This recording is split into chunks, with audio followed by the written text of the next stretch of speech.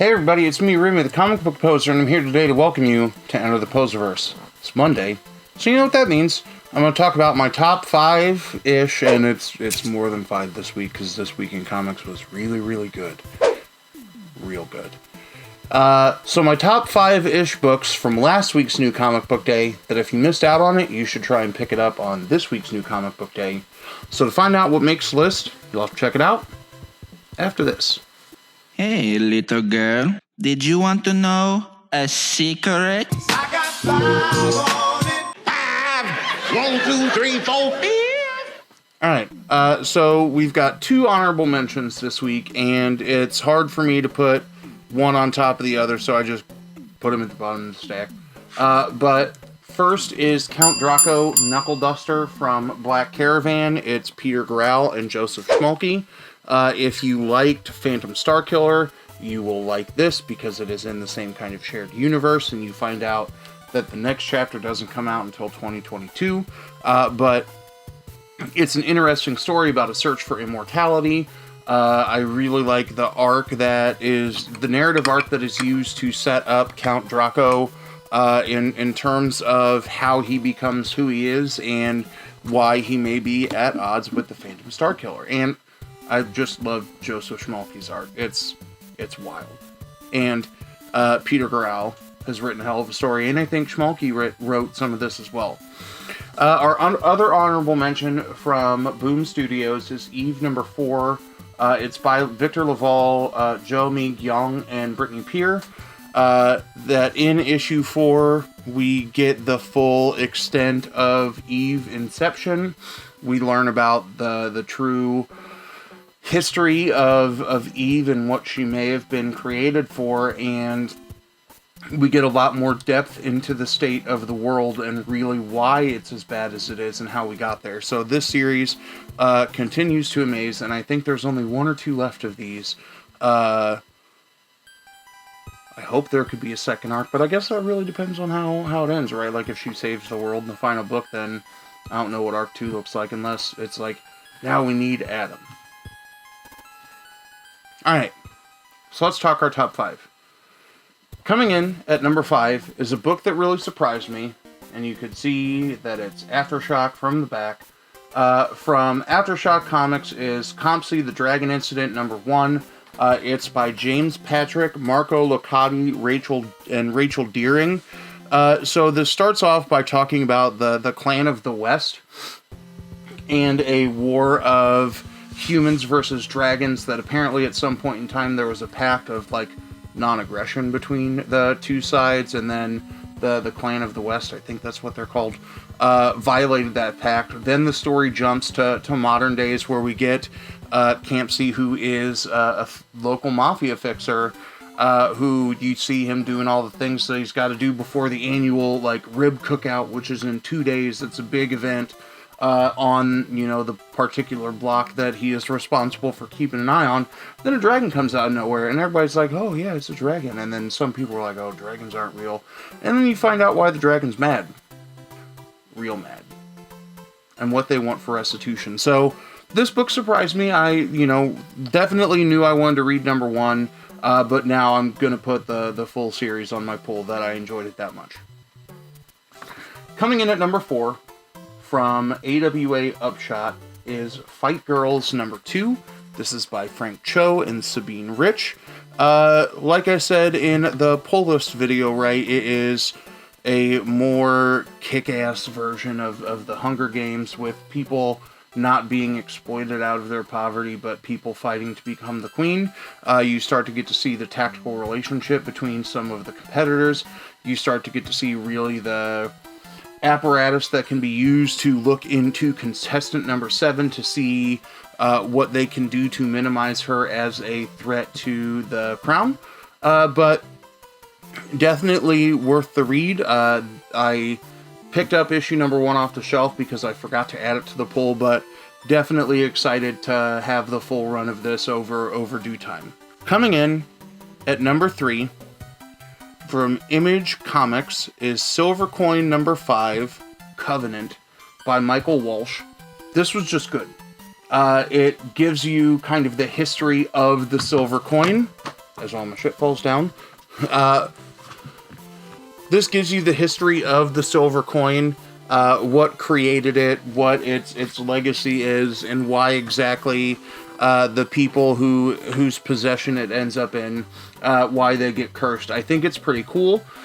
You also get a nice kind of final page that it doesn't spoil anything, aside from letting you know that a new arc is coming. But I thought that this was really cool in terms of... Let's see, can I hold it like that and you don't see it? But kind of a thank you letter to the readers, written in speech bubbles, thanking the people who worked on it, thanking the people who read, and goddamn, here are the people who are going to be attached to the next arc. Joshua Williamson, who I absolutely love and adore from Nailbiter Returns and his run on The Flash. Vita Ayala, they are hands down amazing. That The Wilds is one of my still favorite indie series from Black Mask. That what Vita is writing, Children of the Atom right now, which is really good. That anything that they put their hands on is just a masterclass. And then, who's the last one? Matt Rosenberg, who I fell in love with from his work on, the Hawkeye book, Hawkeye Freefall. So, I'm excited for the next arc. Apparently, book number 6 is about a kid in a video game, and that art reveal of, the next arc is pretty cool. So, I'm very excited to check that out. Coming in at number 2 is the series the book that was so good that as soon as I read the first issue of it that I picked up, I had to get cover B and cover C from Behemoth Happy Tank Comics. It's Cinnamon number 1. This book is a trip.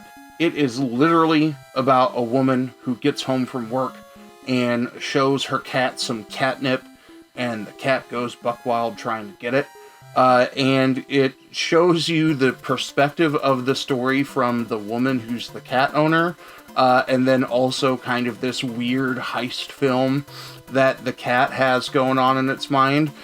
This is written and drawn by Victoria Douglas, and I'm hooked. That I want to see how the rest of this plays out in terms of the relationship of cat owner and Cinnamon, because it's bonkers. And this book is another reason why I'm glad that I'm getting into reading books from Behemoth now.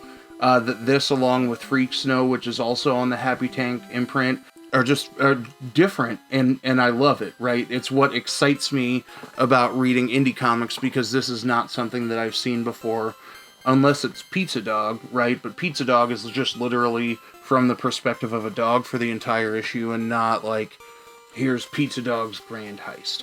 So coming in at number 1, you know what it is. I'm gonna show my ridiculous outfit once again.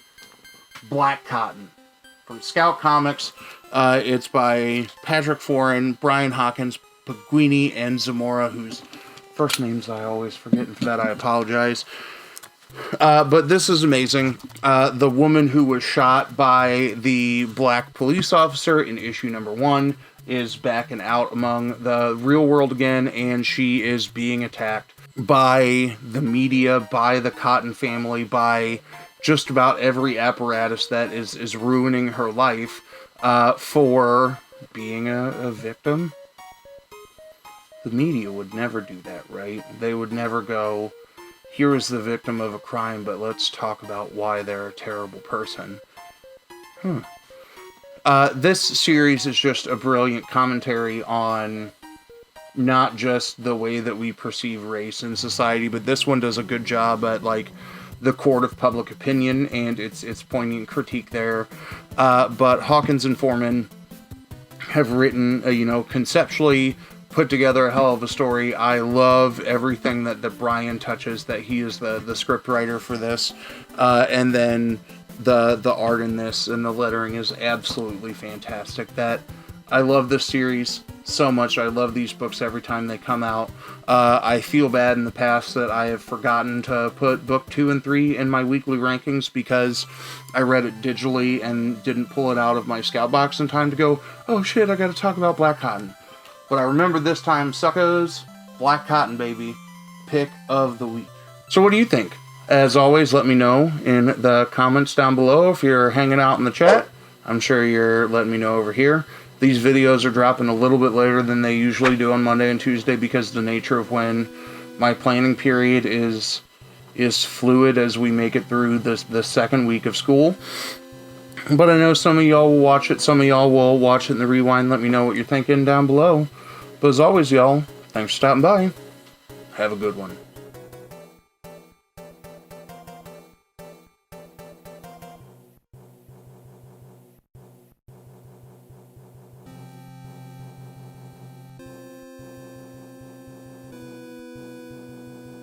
Hey, little girl, did you want to know a secret? I got 5 on it. 5, 1, 2, 3, 4, 5.